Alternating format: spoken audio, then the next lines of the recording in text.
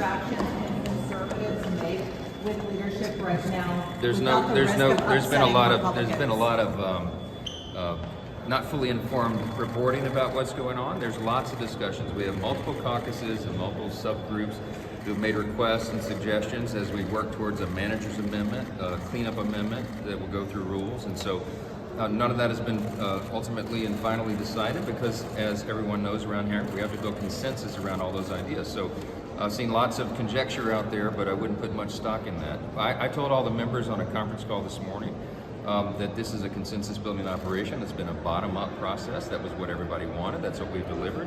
And we're almost there. And I'm very optimistic that we will find the right equilibrium point to get this bill delivered. It's going to be a big thing for the country.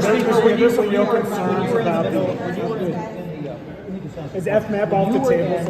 When you guys were in the minority, you were often very critical of Democrats dropping in changes late.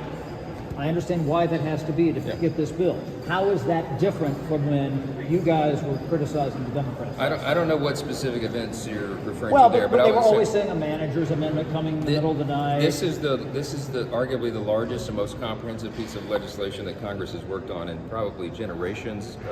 One of the most in the history of the country. There's a lot of moving parts and a lot of preferences and ideas on how to handle all that.